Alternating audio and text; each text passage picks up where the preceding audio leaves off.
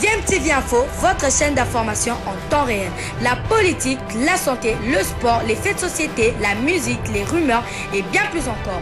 Vous découvrirez cela dans notre chaîne DMTV Info.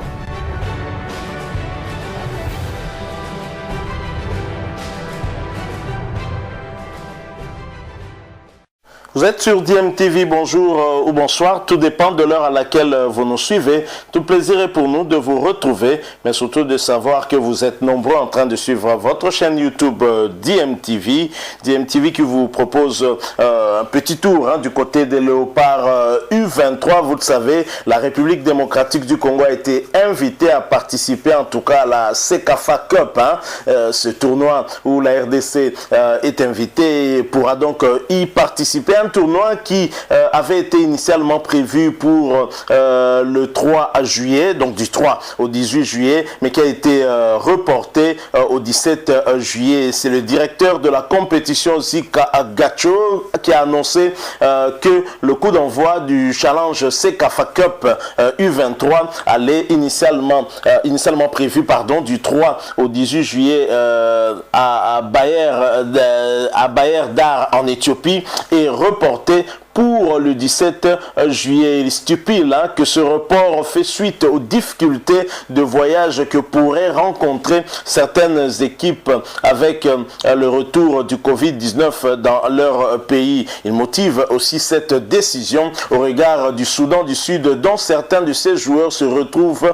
encore au Qatar, où ils sont allés participer aux qualifications de la Coupe arabe 2021. Alors Jean-Claude Loboko, le sélectionneur des U23 des léopards de la République démocratique du Congo, qui compte déjà quelques joueurs à son actif, aura encore peut-être un peu de temps pour bien peaufiner la préparation de ses poulains en vue de bien entamer cette compétition. Alors à noter que pour ce tournoi, des pays qui participent sont l'Ouganda, le Burundi, l'Éthiopie, l'Érythrée, Djibouti, le Soudan du Sud, la Tanzanie, le Soudan, Zanzibar, le Kenya ainsi que la République démocratique du Congo. Alors du côté de Jean-Claude Loboko et du staff technique des léopards de la République démocratique du Congo, il y a quand même quelques soucis. Beaucoup de joueurs déclarent donc forfait, ne pourront pas venir, et le coach adjoint Guy Boukassa nous donne un peu plus d'éclairage sur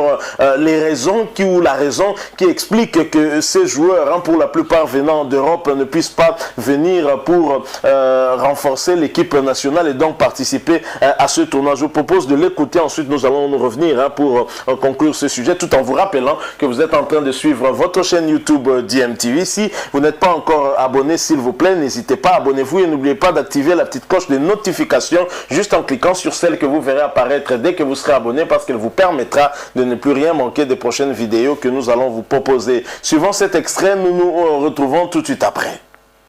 De sport. On va commencer cette émission par le pas moins de 23 ans de la RDC, initialement prévu pour le 3 juillet 2021. La compétition, le tournoi international de CECAFA, auquel la RDC est bel et bien invité, ne va plus démarrer le 3 juillet. Ce tournoi a été reporté pour le 17 juillet 2021. Ce sera donc du 17 juillet au 3 août 2021. La sélection de la RDC continue à se préparer à Kinshasa. On a passé ce samedi à rendre visite aux léopards de la RDC qui sont logés du côté de Campo Hotel. Je vous propose de suivre le sélectionneur adjoint de la sélection, Guy Boukassa, qui nous parle de la mission confiée à ce staff technique qui doit jouer une compétition et surtout à ce tournoi international qui est d'une importance cruciale. Guy Boukassa, dans cet extrait choisi pour vous par Liberty Poukana. Et nous, la mission qui nous a été confiée, justement, d'accompagner cette équipe lors de ce tournoi régional, qui est un tournoi très important pour le projet de développement de notre équipe nationale. En réalité, la fédération s'inscrit sur une logique qui va s'étaler sur 2 ans. Et je pense que pour le moment, c'est sur ce groupe que nous allons nous concentrer, pour commencer à faire un tri et voir parmi eux qui sont les joueurs qui peuvent postuler à la prochaine sélection A, qui va devoir essayer de défier les grandes nations et essayer de remporter des titres, chose qui nous a manqué durant les 2 dernières décennies. Ah, écoutez, il y a du positif dedans, il y a du positif parce qu'ils ont tous joué. Pour la majorité d'entre eux, ils sont arrivés juste après un match important, notamment ceux de Mazembe et Maniema Union. Ils ont quasiment joué la finale de la Lina Foot, donc ils ont la patte bien chaude. Ils ont, c'est vrai, plusieurs matchs dans les jambes avec une saison qui a quand même été très longue. Donc c'est positif parce qu'ils sont actifs. Mais après, on va quand même voler un peu sur leur temps des vacances.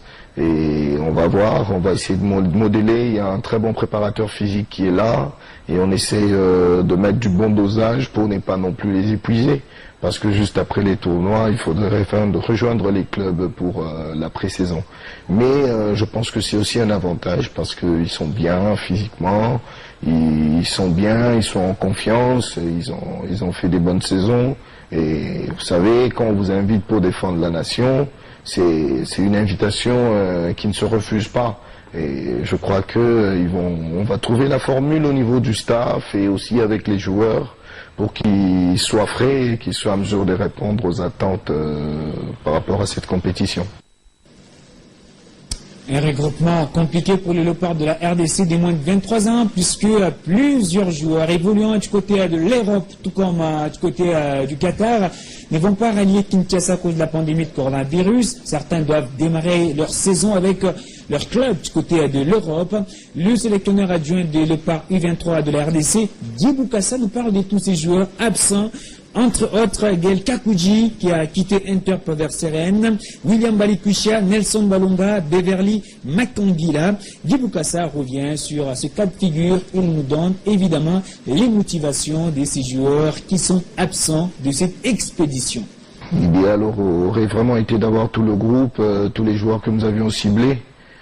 Et après, à ce souci de Covid, s'ajoute la grande difficulté qui est que le tournoi tombe dans une fenêtre qui ne cadre pas avec les dates FIFA.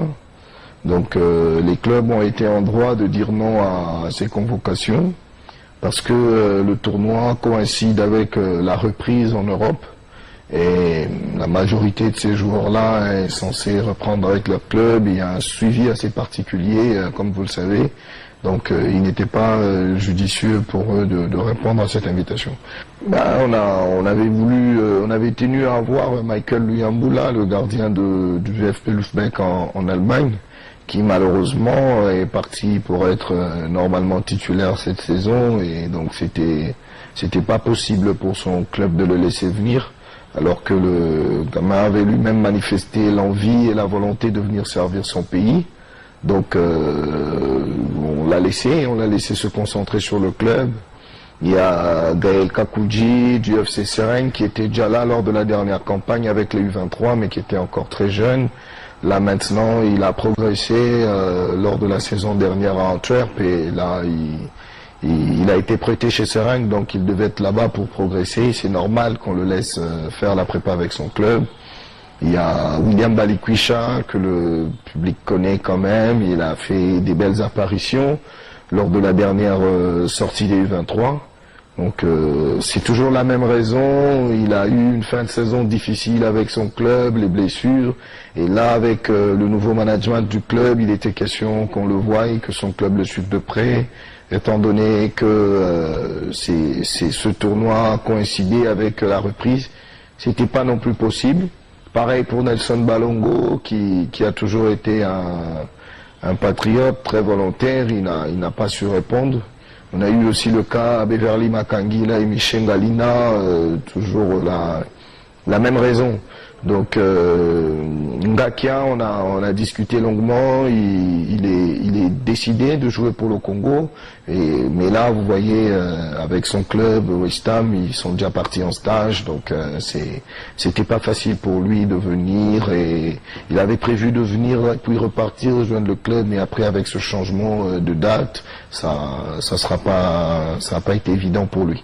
Donc ce sont des joueurs qui sont disposés à servir la nation et nous allons tout faire pour mettre sur la table de la fédération un programme qui fera que lors des prochaines fenêtres FIFA nous puissions... Voilà, nous sommes de retour. Vous venez de suivre là le coach adjoint, Guy Boukassa, coach adjoint des Léopards U23 de la République démocratique du Congo, qui nous donne la raison qui a expliqué que certains joueurs, certains Léopardos ne puissent pas répondre à l'invitation du staff technique. À noter que ce tournoi ne se joue pas à une fenêtre des dates FIFA et donc les clubs ne sont pas obligés de libérer les joueurs dans ce cas. Donc voilà la difficulté en fait que notre staff a. L'idéal, comme l'a dit Guy Boukassa, aurait été de réunir tous ces enfants et donc de constituer la meilleure des équipes de la République démocratique du Congo. Mais face à cette difficulté, je pense que le staff technique devra faire avec ce qu'il aura en main afin de constituer en tout cas cette équipe qui pourra mieux défendre les couleurs de la République démocratique du Congo. Bon, encore une fois, ce genre de tournoi devrait quand même s'organiser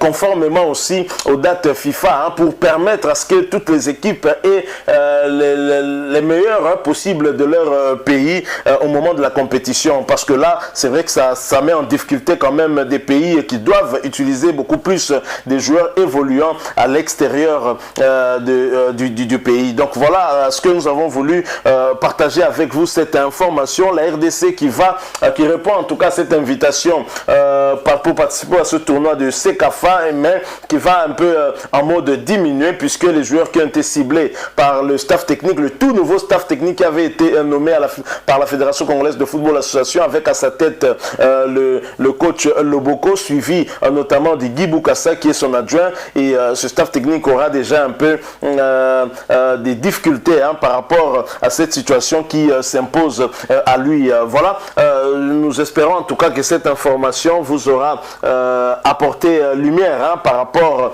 à cette compétition qui, je le rappelle, devait se jouer initialement du 3 au 18 juillet, mais a été reportée suite justement à des difficultés pour certaines nations de rallier l'Éthiopie, et avec la problématique de cette pandémie à Covid-19 aussi, les choses sont un peu bouleversées. Si vous avez aimé, laissez-nous un maximum de j'aime, likez cette vidéo et merci de partager avec nous aussi votre point de vue. Si vous en avez, vous voulez vous exprimer, laissez-nous en commentaire. Merci de vous abonner aussi à cette chaîne DMTV. Si vous êtes nouveau ou ancien mais que vous ne vous êtes pas encore abonné, n'hésitez pas s'il vous plaît, et n'oubliez pas d'activer la petite cloche de notification juste en cliquant sur celle que vous verrez apparaître dès que vous serez abonné, parce qu'elle vous permettra de ne plus rien manquer des prochaines vidéos que nous allons vous proposer. Merci une fois de plus à vous qui avez accepté de partager ces quelques minutes avec nous sur ce sujet concernant les Léopards U23. Nous espérons vous retrouver très bientôt avec un autre sujet d'actualité. En attendant, portez-vous bien et DMTV vous dit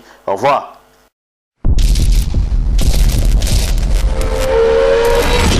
Bizile le kamalo bana